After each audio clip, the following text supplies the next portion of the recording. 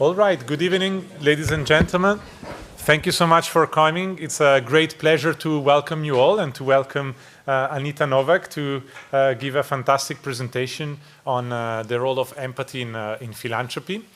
I'm Professor Giuseppe Ugazzi here at the University of Geneva. I'd like to thank you all for coming to this, for me at least, fascinating speech. Before giving the floor to Erin and Anita, I wanted to thank two organizations. So the alumni organization of McGill University, represented by Erin here in Geneva, and the Alumni Association of the Diploma of Advanced Studies in Philanthropy at the University of Geneva. It's actually an association created by students of this program that's called Le Cercle de la Philanthropie. So together they joined forces to organize the event today. So it's a combination of alumni from University of Geneva, McGill University, and a collaboration, of course, also between these two universities. And it's so great to see so many faces of current and former students in the audience. I also want to thank all the volunteers that have helped facilitating the event and that are going to be helping us running the evening tonight. And just wanted to mention that events like this are just what keep me really interested in philanthropy, seeing the frontier of research, how we can get the very different angles from more cognitive, more reasoning approaches to philanthropy. We talk about systems change, very complicated way of doing philanthropy, and sometimes we forget to put the focus on the human. And I think tonight is actually instead a very good instance in which we can learn of the role of putting humans and empathy towards humans at the center of doing philanthropy. So I don't want to take any more time away from the great presentation of tonight. So it's a great pleasure to welcome Erin, a current student in our diploma in philanthropy, to welcome more formally our speaker tonight, Anita. Thank you so much. Hi, my name is Erin Surprenant, and I'm the volunteer president of the McGill University Alumni Association of Geneva. With over 1,000 registered alumni in Switzerland, we have a very active and engaged alumni network in the city, in part due to the McGill graduates who work at the plethora of international organizations, finance and commodity trading businesses based here, but also because Francophone students, whether from Quebec or overseas, make up approximately 20% of the student body at McGill, and foreign students approximately 1/3. For those of you who are unfamiliar, McGill is an English language public research university based in Montreal, where admission is exclusively based on academic merit. The university counts 12 Nobel laureates, 147 Rhodes Scholars, the current Prime Minister of Canada, and 121 Olympians among its alumni and faculty. Findings by WealthX, a global database of research and data on wealth, ranks McGill 8th in the world outside of the US in terms of number of ultra-high net worth university alumni, which may be of particular relevance to those of you from the worlds of philanthropy and fundraising. Internationally, McGill fares well as well. In the most recent edition of the QS World University Rankings, McGill ranked in the top 2% out of 1,500 institutions from 104 countries. Now for another notable fact, which pertains to our special guest, Dr. Anita Nowak. She was named not only once, but twice as Professor of the Year by the Management Undergraduate Society as a faculty member of the McGill Executive Institute, where she teaches leadership and ethics in management and social entrepreneurship and innovation. Dr. Nowak is passionate about mentoring the next generation of change makers as an empathy expert, as well as an author, podcaster, keynote speaker, certified coach, and founder of Purposeful Empathy by Design, a boutique advisory firm that helps leaders and organizations create cultures of empathy. She also advises family offices and foundations on how to translate their philanthropic goals into social impact. What Dr. Nowak will share with us today is informed by her latest book, Purposeful Empathy, Tapping Our Hidden Superpower for Personal, Organizational, and Social Change, which is available for pre-order online. She also hosts a podcast and YouTube series by the same name, dedicated to amplifying the voices of people from around the globe who understand that the world needs more empathy and who are doing something about it. Given the evolving crisis in the Middle East and the global discourses around it, I'm sure you will agree with me that there's never been a better time to undertake an exercise in empathy as there is tonight. I am pleased to introduce to you Dr. Anita Nowak.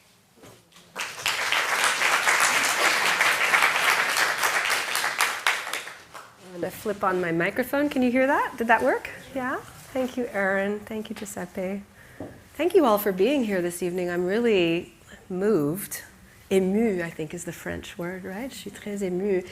And I know that many people participated in this gathering, so you're coming from a lot of different collectives in Geneva.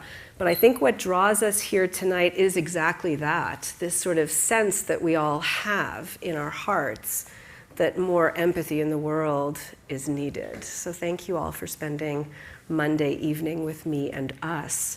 So I want to thank Letitia, who came to my book launch in April. And so if any part of this evening is a success, we can thank her. And two people in this room introduced me to Letitia, who now lives in Montreal. So I want to acknowledge Michael Colson and Michel Joannis. If you don't know these two individuals, just wave hi. At the cocktail reception, you should say hello, because I can say with certainty they are among the most generous, thoughtful, intelligent Genevians that you have, okay, in the city. So I'll start with why I believe empathy is our superpower. I think it's actually the second most powerful trait that humans have, second only to love. And the origin story is I didn't set out to study empathy. Empathy found me in a very organic way.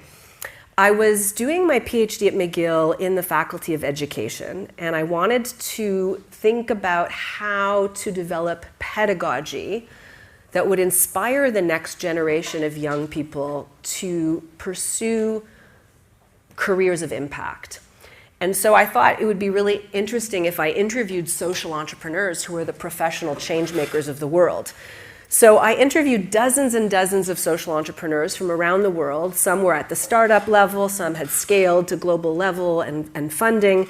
I was agnostic to what they were doing, whether it was climate change mitigation or access to healthcare and education. I just wanted to know if there was anything in their story of their life that had a common thread that could inform my thinking about pedagogy. And two things came out through the interviews that I did. And these two things were without exception. So all of the entrepreneurs that I interviewed had these two things in common. One was that they had this idea of service modeled in their home. So their parents did volunteer work, or this idea of giving back to society was a common feature. And now as a parent of a 7-year-old, that matters to me even more.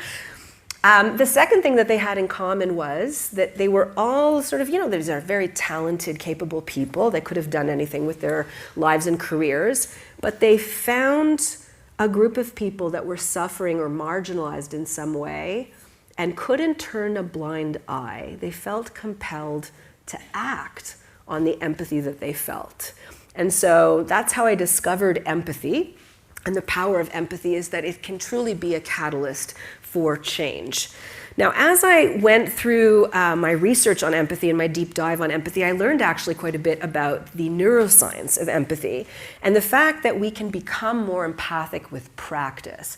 So this is the sort of inside of our brain. These are our neural connections, our synaptic connections. You see some that are very, very thin, and those are synaptic connections based on thoughts that we have very infrequently. And the ones that are thicker are the ones that we think about more often and the ones that we behave on most often. And the ones that don't serve us or that we don't use often get pruned away. That's the technical or medical term for when we lose a synaptic connection.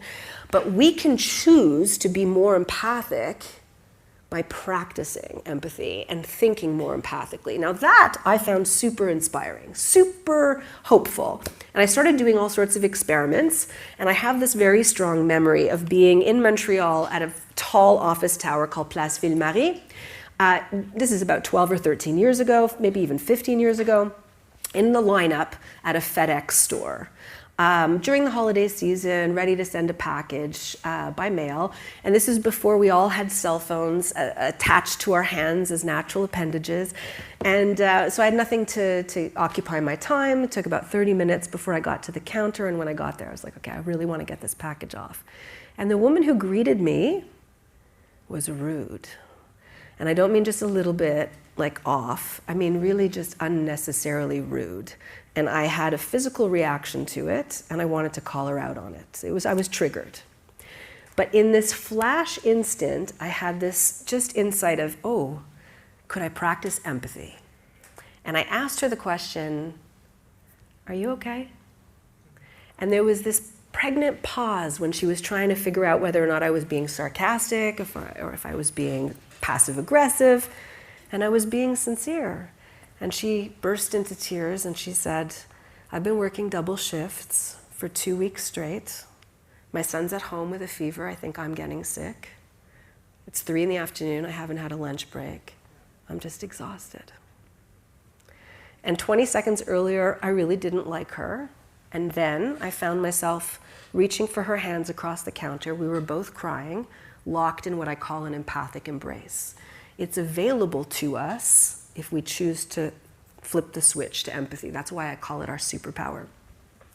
Now, the backdrop of the presentation is actually going to be, so I want, as a context, we all know the UN SDGs, right? So we're familiar with those, right? And I think the UN has come out recently with a sad bit of data that only about 12% of the SDGs are on track to being met by 2030, and some have even regressed, so this is a problem.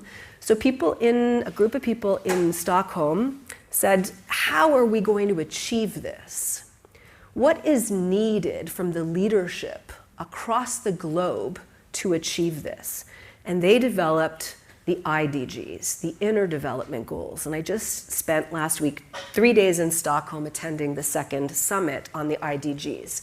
So there's being, the relationship to self. You can read all of the different skills. There's the thinking skills, the relating skills, the collaboration, and the acting. And we're going to move through these 5 categories throughout the presentation, starting with this idea of presence.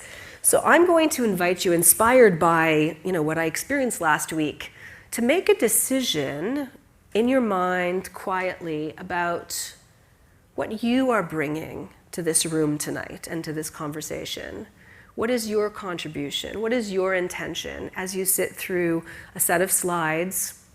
What do you want to manifest? What do you want to bring to this conversation? So just to be present for a moment before we move quickly into cognition all the time. What do you want to embody?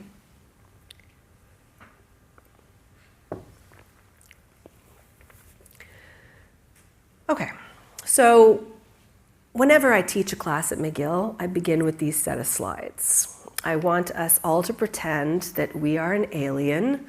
We're all aliens together on a spaceship, and we've traveled across the ether, and we've landed in Geneva on October 16th. And we're invisible, so we're surreptitiously doing some anthropological research. How are humans doing? And there are a few things that they would notice, I'm sure, or that you would notice as the aliens. We've got these things like cities where there's 20 or 30 million people. Imagine the human ingenuity and creativity that goes into a system like that. And there's dozens and dozens on the planet. There's a body known as the United Nations, which in theory anyways is meant to bring greater sustainability and greater peace on the planet. Humans are creating artificial intelligence. Imagine what is involved in the intellectual pursuit of that. And we're trying to design a machine that will take us to Mars, right? So humans are inherently creative and inherently, intelligent. At the same time, though, it would be impossible not to notice that there are 8 men on the planet that have the same combined wealth as half of humanity. So some people live in great spaces and others do not. Hundreds of millions of people do not, including those in the richest countries on the planet who are homeless. There's 1 billion people who lack access to safe drinking water and what that public health consequence is for that. Same thing about open defecation. There's 1 billion people that don't have access to sanitation facilities. And there are, at the moment, according to the International Labor Organization, 54 million modern-day slaves. Pre-COVID, that was 37 million. That number, 37 million, is 3 times the number of people who have been exploited through the 300-year African slave trade. And so that's, since COVID, moved up to 54 million. And then if we look at what we're doing to the planet, I mean, I don't know what the aliens would have to say, but it's kind of weird when you just look at how humanity is trashing the planet that gives them a place to live. And then the question is, for what? And they would see this and see this. It's a bit weird. And then the outcome of that is that we're actually seeing the climate change, and these are having devastating consequences on the people who contributed least to the problem and have the least means of mitigating the impacts. And then the aliens would notice what the heck is going on with their governance and how they manage their politics. Look at all these things going on that shows that there's just this absence of care and concern for each other. And this is feeding into, all the stress that we're living through now is feeding into our personal lives. So they would notice how we live as people and as families. And they would notice that everywhere on the planet, the rate of mental health crises is on the rise, on every single level, whether it's addiction, physical violence, cutting, suicide, depression, anxiety, all of them on the rise. So I think the aliens might say, those people on planet Earth, they need to change the way they're doing things. And I heard a quote last week that I will not forget. And I found it so poignant, a Nigerian intellectual. The times are urgent, let us slow down. So I'll just invite you to think about that. And I'll also invite you to think about, as another kind of frame, that Maslow, if you remember from your first intro to psych class, Maslow's hierarchy of needs, right? As long as your baseline needs are met, the higher order needs get met, the goal ultimately of our kind of life is to self-actualize, become everything that we're capable of being, right? Isn't that a great pursuit? Well, just before he died of a heart attack, he was writing proficiently about how wrong his own model was. Because he said, actually, the goal isn't to self-actualize. The goal is to self-transcend. The goal is to make your life of service to something greater than yourself. And so I think empathy is part of that. Purposeful empathy is part of that. And all of this, the luminaries that have walked the planet and all the great spiritual traditions anywhere on the planet have come to the same conclusion. And I think good philanthropy does too, right? A love of mankind, right? That's what the etymology of philanthropy is, a love of mankind. It is meant to be of something greater than yourself. So, what is empathy? Let's do a little deep dive on empathy. Who wants to, imagine we're not at McGill, imagine we're in a classroom where the kids are 10 years old. How would you define empathy? I'd love to hear from 3 or 4 of you. Capacity to mirror emotions or feel emotions. Yeah, feel, connect emotionally with someone. I love that. What else? Understand other people's context. Understanding where other people come from, right? Their context. Perspective taking. I love that. Yeah. What else? Yeah. Compassion. Compassion. Yeah. This warm, fuzzy feeling. Yeah. Anybody else? Okay. Well, when I ask a group, the answers that I get typically fall into 3 baskets. So stepping into someone else's shoes, seeing through someone else's eyes, or feeling what someone else is feeling. And those are all great, great, great ways of seeing empathy. But given that I've spent more than 10 years studying empathy, there's a few things that I would like to share that I think you might find useful. So the first thing is that empathy is often conflated with a bunch of other words that are not synonyms. You've got pity and sympathy. The conspicuous white space will get filled in a future slide to hold tight. And then there's empathy. So on the pity side of the equation is power asymmetry. When you pity someone, you necessarily look down on them. Oh, you poor person, you poor person. And unfortunately, a lot of philanthropy can fall into a paternalistic pity paradigm, and we have to be careful about that. And I also think there is research that shows the more power and resources someone accrues in any given system, it could be an organization or it could be in society writ large, the less likely the person is to actually have empathy.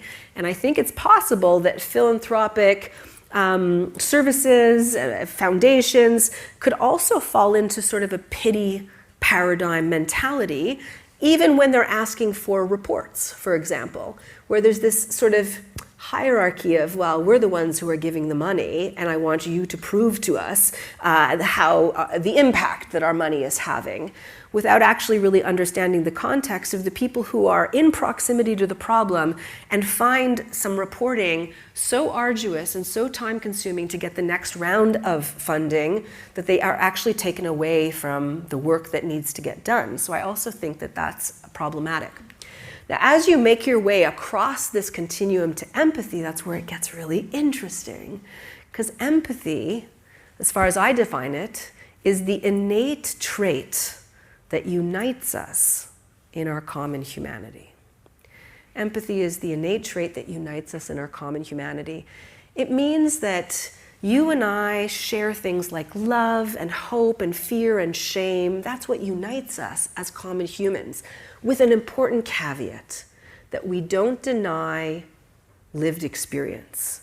So even though we share things in common as humans, I can't possibly know what you're going through because you're living a different life than me. So I think that's very important to keep in mind. So we've talked about the being, we've done some cognitive thinking about this, and now we're going to get into some relating, okay? Now, I have asked a couple of friends whether or not Geneva is ready to do this, okay? So just to set you up, humans, our brains are wired to actually empathize with people who are like us, people who look like us, people who vote like us, people who, go for the same football team.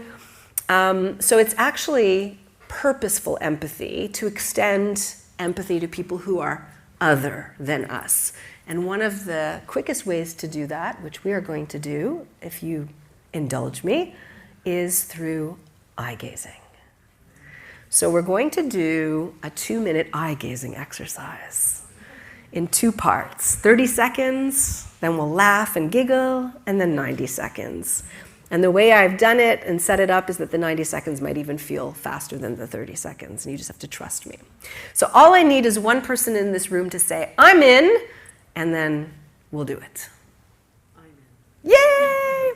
Okay, so what we'll do is you'll stand up from your chairs and you'll move around the room if you want, and you find a person that you don't know in the room to become your partner, and I will tell you the next steps.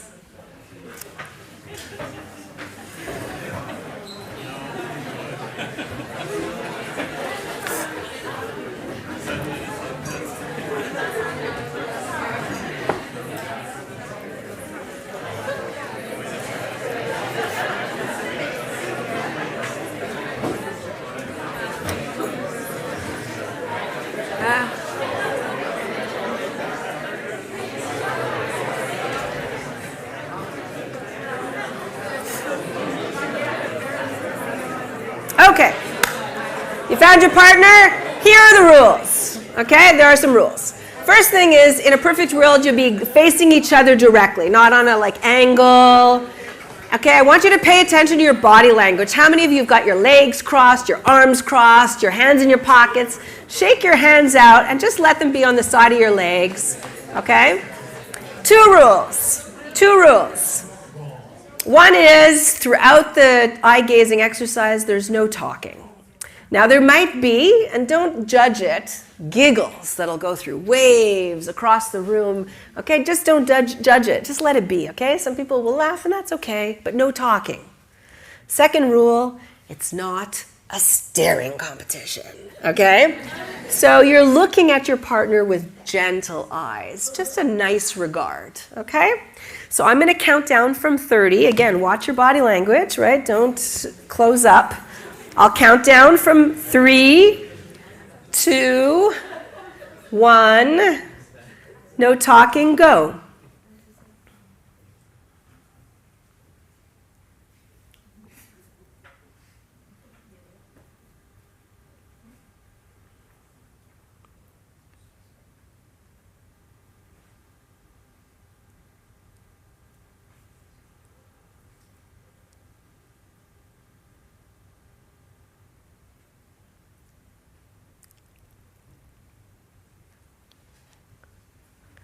You did it. 30 seconds. Wow. Wow. Part 1 is done. Part 1 is done. Okay. All right. Part 2. Part 2 is going to feel less arduous, okay? Just trust me, okay? So on a countdown from 3, 2, watch your body language. No staring, no talking. 3, 2, 1, go. The first thing I'm inviting you to do is take a nice, long, relaxing breath in. Just feel your feet on the floor. Feel grounded. And next, I want to invite you to give yourself permission to be seen.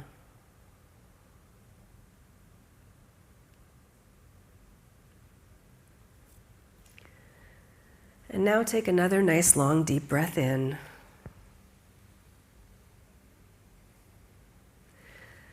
And give yourself permission to really see your partner.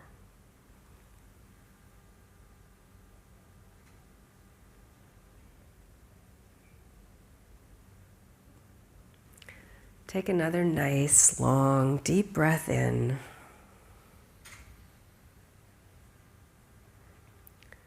And sense whether or not you're communicating with your partner.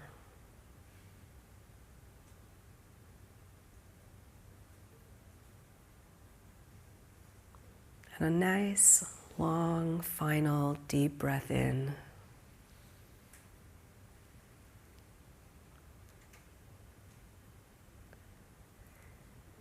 And you did it. Bravo, bravo, bravo, Geneva.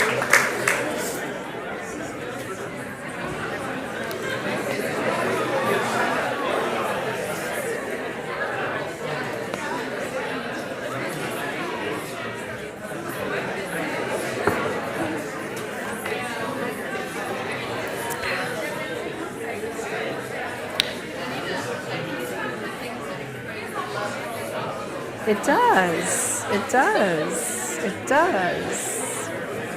So have a seat, have a seat, have a seat. Therapists who use this with couples have a better outcome in the sessions. If they do a 2-minute eye gazing exercise, it humanizes us. It humanizes us. So thank you for indulging. Go Geneva. Okay. We move on, more about empathy. So there's 2 kinds of empathy. There's affective empathy, which happens to our hearts.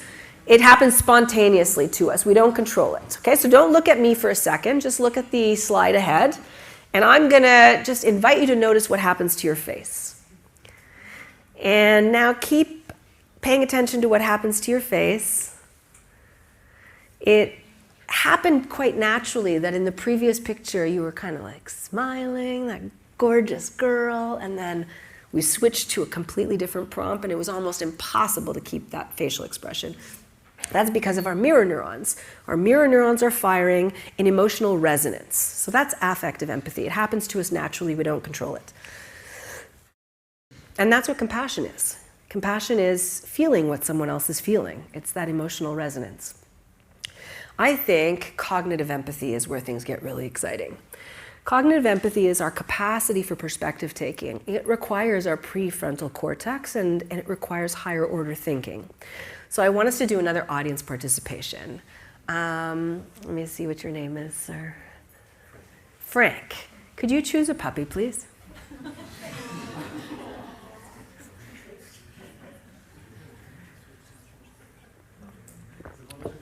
You want to choose the one in the middle? Great. So we're going to work with the puppy in the middle, guys. Okay.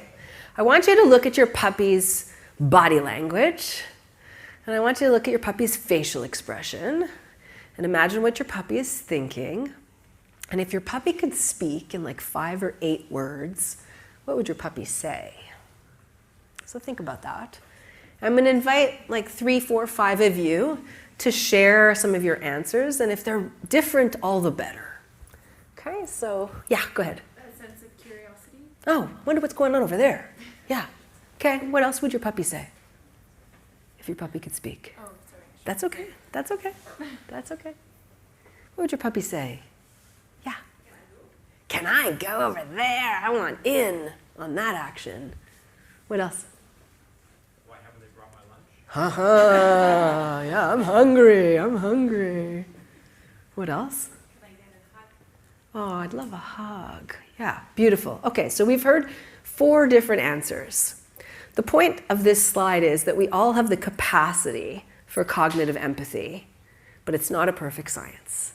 And it's based on our lived experience and the mood that we're in, and possibly if we're hungry or if we're missing somebody, right? So it's not a perfect science, but we can become better with practice. Now, back 40,000 years ago or 50,000 years ago, according to the people who study evolution, we, Homo sapiens, were wandering the planet with 4 or 5 other large-brained species. But we're the only ones who survived, and they ask why. So the research has led them to this belief that a lot of stuff happened in our physiology, things that we can prove through science that, like, relatively speaking, we lost our hair and our facial hair. In particular. Our testosterone dropped relative to these other creatures. And something very interesting happened. We grew a lot of facial muscles, and the whites of our eyes grew very big. So all mammals on the planet, humans have, ratio-wise, the largest whites to our eyes, so that we could read each other's facial expressions and learn to understand what each other's needs were depending on what was going out there in the world. So empathy is actually part of why we survived as a species. Now, if we go back the lineage, 6, 8, 10 million years, depending on which scientist you speak to, we have these 2 creatures in common in our ancestry. So the guy on the left is a chimp, and the one on the right is a bonobo. And the story that we believe about humanity is the chimp story. We are hierarchical by nature, we are prone to violence, open warfare, and our history is littered with examples, and our contemporary day-to-day is littered with examples. But Frans de Waal, a primatologist from the Netherlands, has studied bonobo culture and has come to a different belief about what humanity really is about.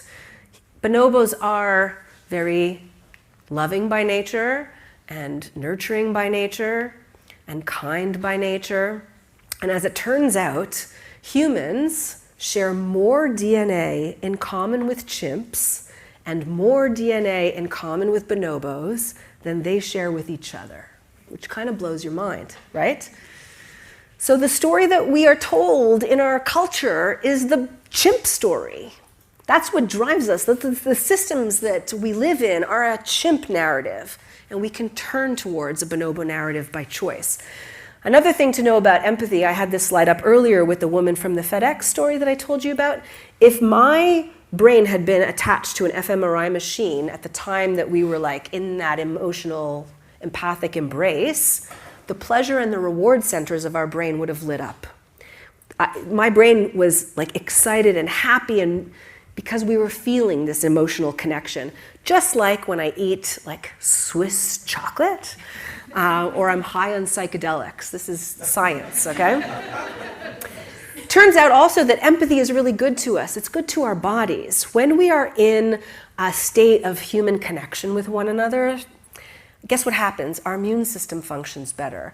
Cortisol drops off, that's a stress hormone, gets replaced by oxytocin and serotonin. Our breathing stabilizes. A whole host of physiological changes happen to us when we are feeling empathy and connected with one another, except when it's too much. When we have what's known as compassion fatigue or empathy fatigue. And this is well understood in the healing professions in healthcare, humanitarians, teachers to a certain extent, social workers. And we have to guard against empathy fatigue, because if we reach that moment of empathy fatigue, we can no longer be empathic, right? So that's important to know. So now I want to take us through a 6-step process to being a more empathic leader. Okay, so within your organization, but this applies also to your life and to your family circumstances. So I want us to, let's call, what would be a typical Swiss name? Is there a typical Genevan girl's woman's name? Heidi. All right, Heidi. Das ist Heidi. Okay? So Heidi she works for a humanitarian aid organization, and she's having a meeting. They haven't reached their funding numbers. It's very stressful. And then an earthquake in Afghanistan happens, and it's very stressful. Okay, so she's triggered emotionally, she's stressed, and now she's back in her office, and she gets a knock on the door, and one of her colleagues comes in and says, "Heidi, do you have a minute?" And she's like, "Yeah." And she knows, like, "Do you have a minute?" is one of those prompt of, like, somebody needs something from me, right? And the person who's sitting there says, "We just placed my mom in a home. She has Alzheimer's, and I need a couple of days to sort of move her furniture and help her get settled." And she knows that she's stressed out herself, but now needs to be empathic for her employee. How do you do that? So here's the 6-step process. The first is self-awareness. We spend so much time and energy in our head space. We're thinking all the time, we believe our thoughts all the time, and we don't spend nearly enough time thinking and feeling what our body as an intelligent system is telling us. Right? Do we have butterflies in our stomach? Do we have chalk in our mouth? Is our heart rate up? Are we stressed? Those are all signals, right? So we need self-awareness as the first step in order to self-regulate. Self-regulation is a fancy word for how can I take myself from a stressed place to less stress, okay? And the simplest way to do this is through our breath. There's a simple act of box breathing where you take in a breath for a count of 5, you hold for a count of 5, you breathe out for a count of 5, you hold for a count of 5, and you do that 3 or 4 times. And you can count to 4 or count to 6, depends on how long your breathing is. But just that act of breathing changes your parasympathetic nerve system so that it is possible to access empathy. Because our brains cannot be in a state of anxiety and stress and empathy at the same time. It's not possible to our brains, right? So we need to learn self-regulation, and breathing is a really great practice. In order to do the simple step of bridge crossing. I call it bridge crossing. So imagine me with the FedEx lady. She was a nasty woman to me. I wanted to call her out. Instead, I said, "How are you?" That nanosecond flash is the crossing of the bridge to realize, okay, it's not about me right now. I'm going to enter somebody else's space and hold the space. For the 4th step, the 4th step is the perspective taking, right? It is the cognitive empathy. Somebody's about to tell you something tough to share, and you want to hold space for them. 2 really important things to do when you're holding space for someone else are as follows. One is silence. We're so allergic to silence. What we do is when somebody's telling us something, especially if we're like emotionally triggered in any way, it's like a very tough conversation, we fill in the blanks with like problem solving right away, or how it relates. I know exactly what you're going through because I've done this or I've had this. So allow silence to be a gift to the person, because the simple act of holding silence and holding space maybe allows them to share a little bit more and go the next stage of,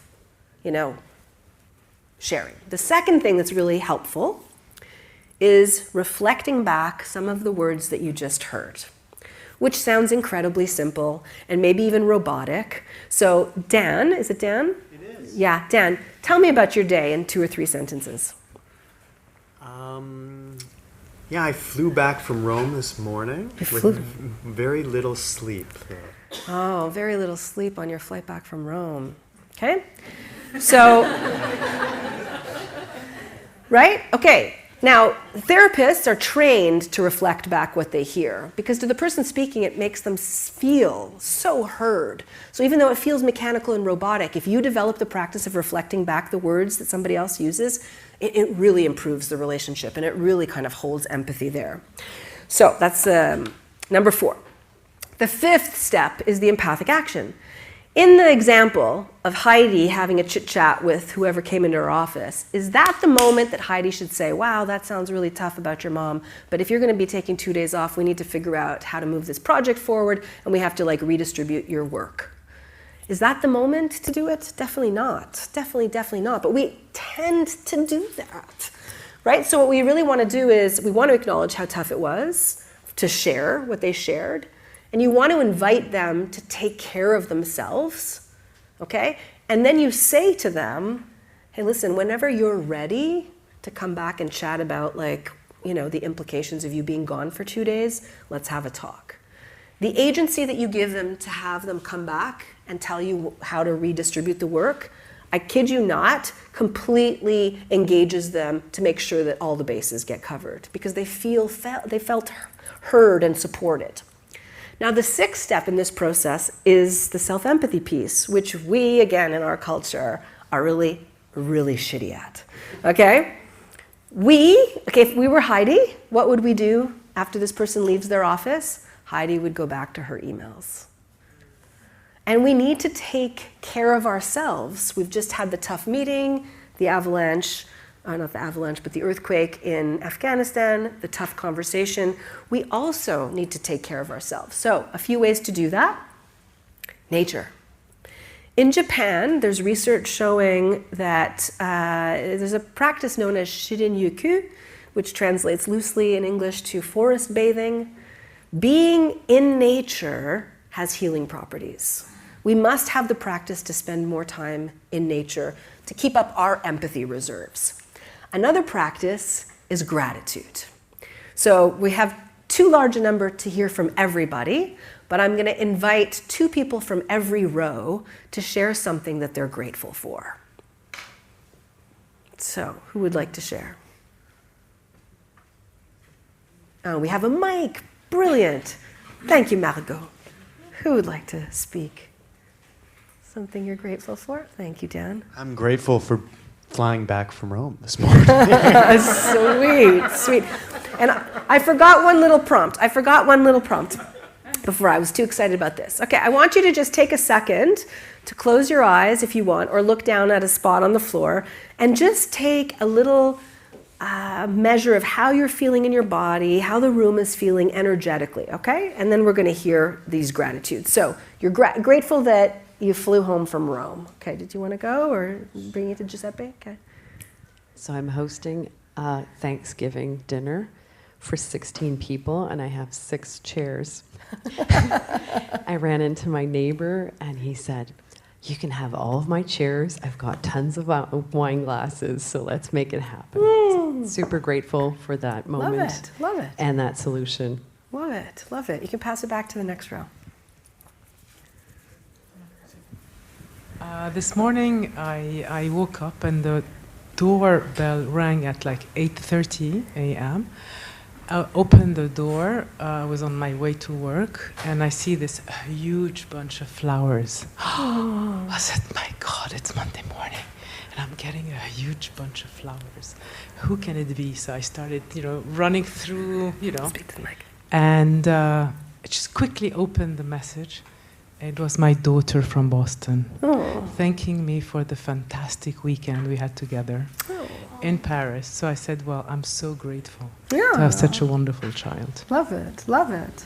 Anybody on the second row?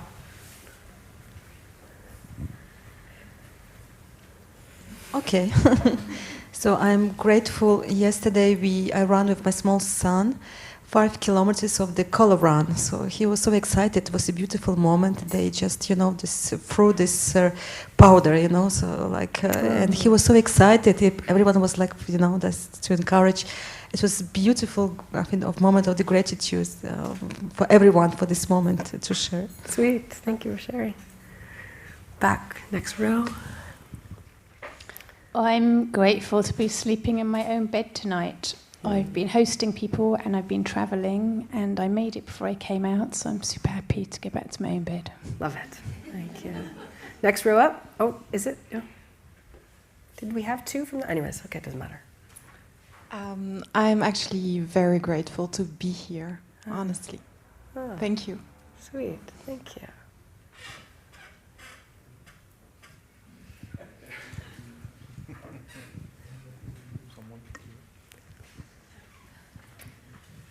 Okay, this is me. I'm grateful for the cuddle moments that I had this morning with my son. Sweet. I'm grateful it's finally cold.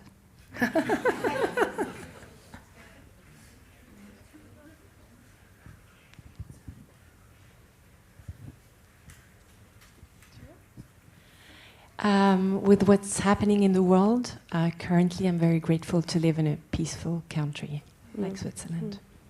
Mm-hmm.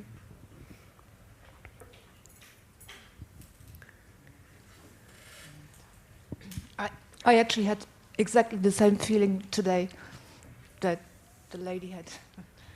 Sweet. Okay, so take a moment to close your eyes again and maybe look at that spot on the floor and sense whether or not anything in your face or body or room, anything at all, energetically has shifted. And I'm guessing that there are probably the larger group feels something different, right? There's something known in humanity as Schadenfreude, right? Taking pleasure in somebody else's misfortune. The opposite of that is sympathetic joy. And that's what we just experienced collectively when we're really happy to hear what somebody else is grateful for. And I call gratitude the superhighway to empathy. When you're feeling really stressed out and you need to access empathy fast, if you don't want to do the box breathing, just think about things that you're grateful for. We won't do it because of time, but another practice, and I chose this little gnome because we're in Switzerland, we can practice what's known as metta meditation. Metta is the Sanskrit word for loving kindness, which just basically means like sending kind thoughts to people. So the practice is 4 steps, and you can do this while you're washing your hair or while you're on your commute.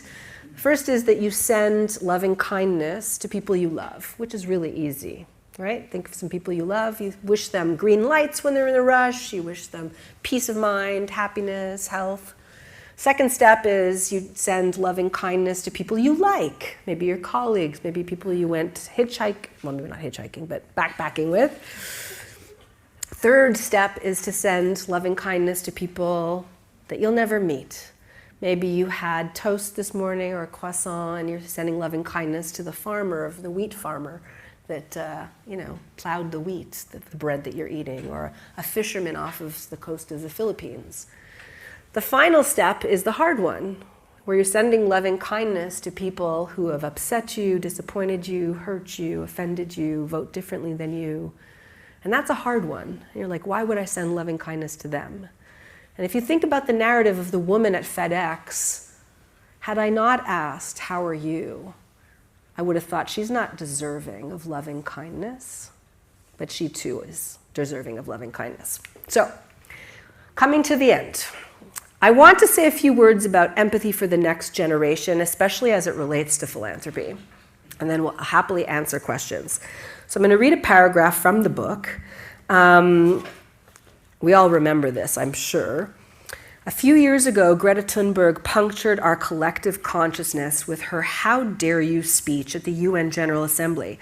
In some circles, she was celebrated for calling out world leaders. Others were appalled. How dare a kid, a girl no less, publicly upbraid statespeople like that?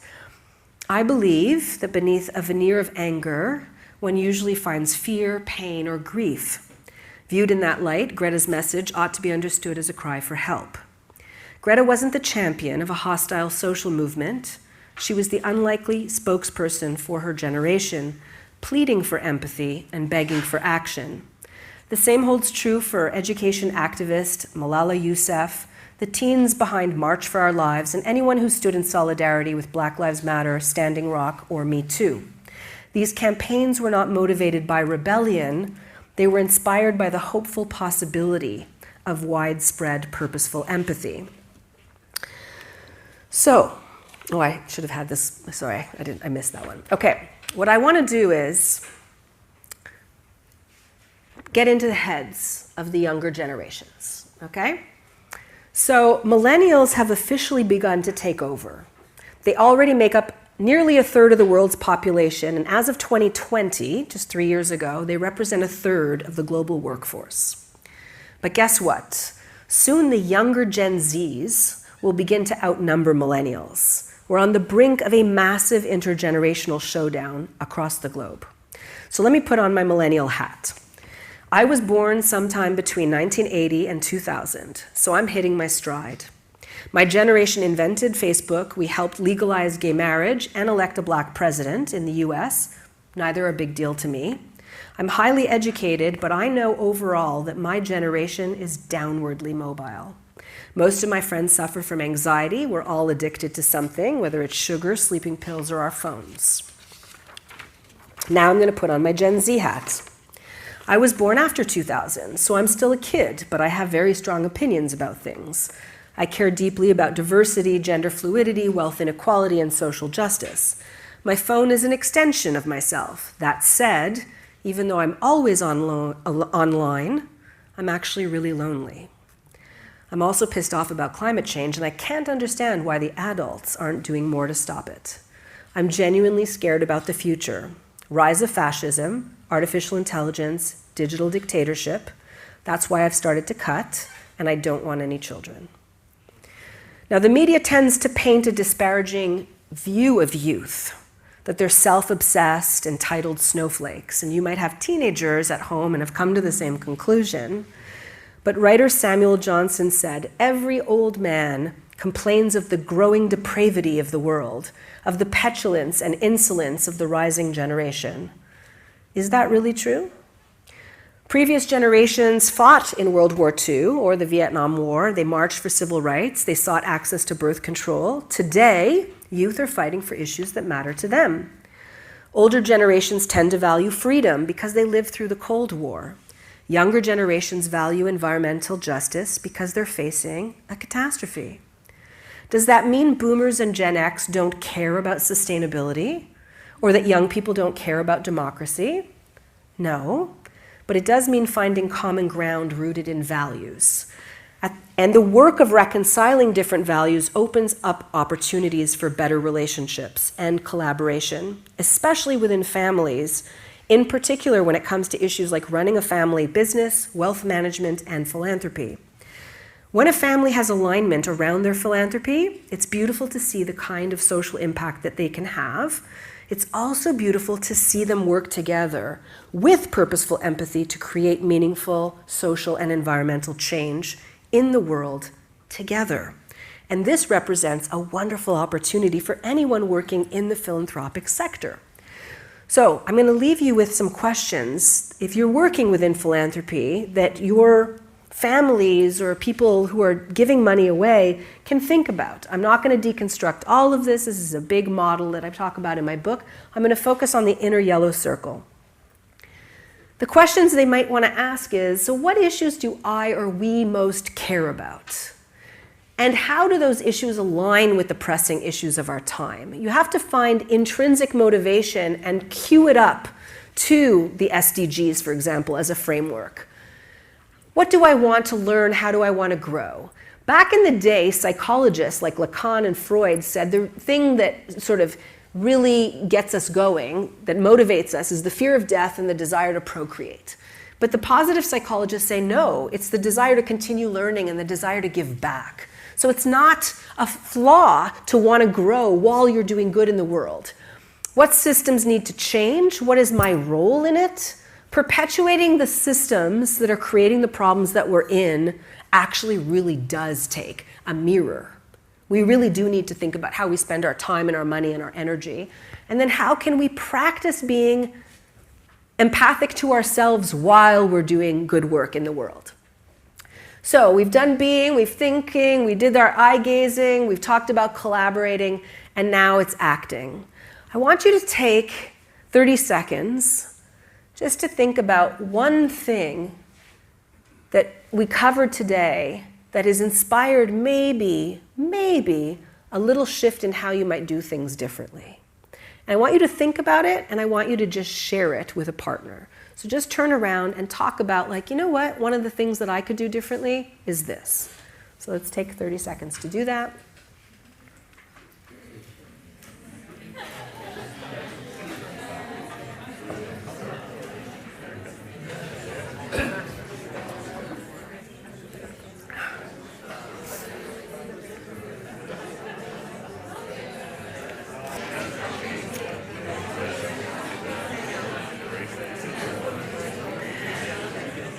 Okay, I apologize that I'm cutting you off, but there is a reception afterwards, and I'm sure the organizers are saying, come on. Is there anybody in the room that wants to share? Sometimes making a public pronouncement about a change you want to make, actually, there's research that shows if you say it out loud and publicly that it's more likely that you'll follow through. Is there anybody who feels inspired to share something that they would do differently, something that they're thinking about doing differently?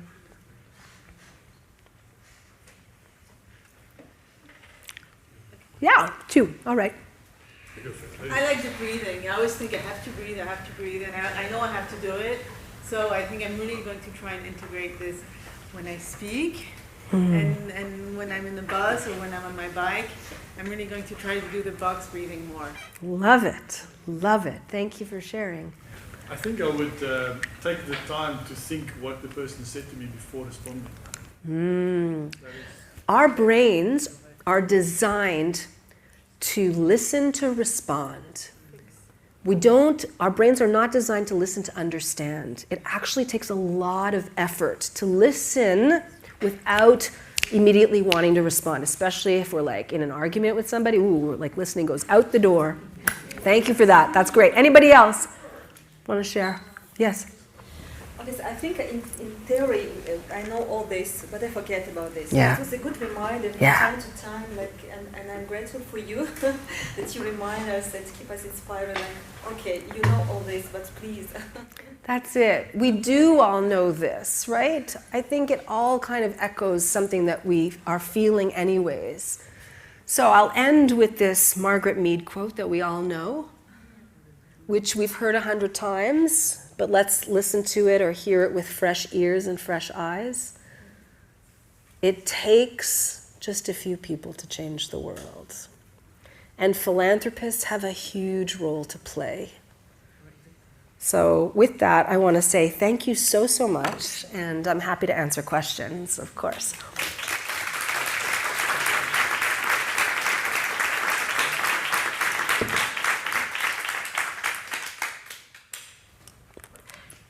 How much time? Nous avons combien de temps pour des questions?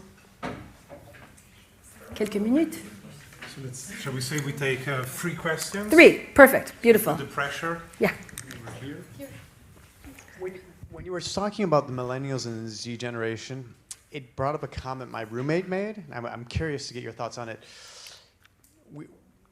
We've had some interactions with people that are in the millennial or Z generation, and what he says is there was conflict, to try to discuss conflict with them, and there was almost an emotional shutdown, like an inability to even discuss conflict, even using nonviolent communication or using different techniques. It was almost like this avoidance of conflict, and that the act of anything conflictual coming up creates an inability to, this protective, like, triggering or whatever, that there's a permission to actually avoid conflict. Yeah. And I wonder if you have anything to say about that. I do. They just don't have practice because all of their communication is online. Young people growing up today don't like making phone calls. They're afraid of calling people because that's different from text. And it's super easy to hide behind anonymity and just be responsive, but not actually have to deal with conflict. It is a serious problem. Like the eye-gazing exercise that we did tonight, I do in my classes. I've seen over 12 years of teaching at McGill that there are kids that are crying after it, telling me, I don't remember the last time I looked into somebody else's eyes. They're just out of practice. We do not have enough practice at conflict resolution because we're not communicating enough. Yeah. Yes? Over the course of your research, what's one finding that's changed your life? Because the question was, over the course of my research, what's one finding that has changed my life?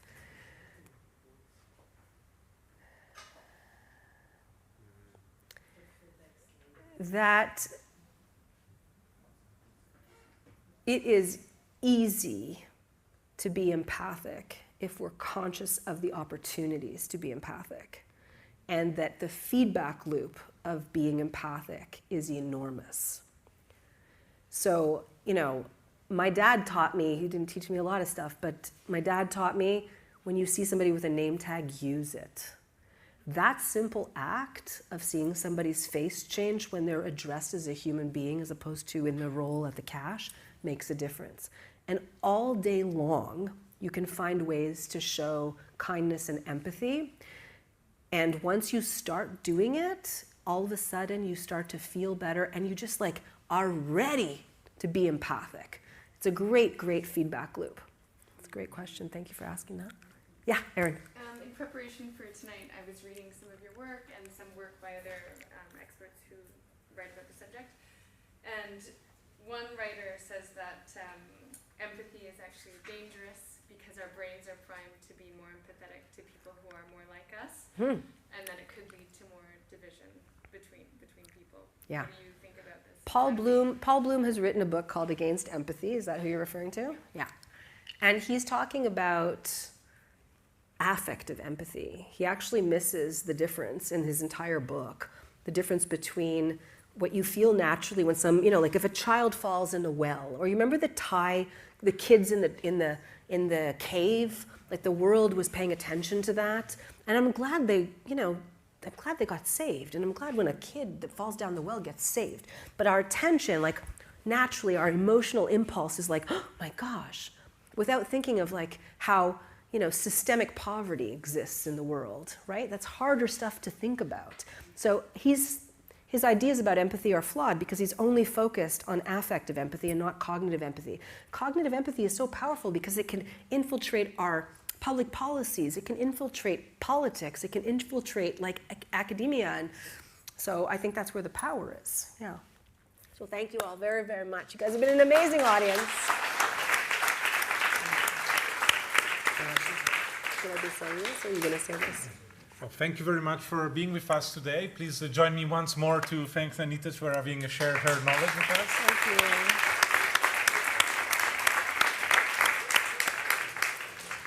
There is an upper waiting for us outside that was kindly offered by the McGill Alumni Association and by the Cercle de la Philanthropy and the DAS in Philanthropy. So you're most welcome to mingle with us, and I'm sure Anita will be around if you have more questions for her.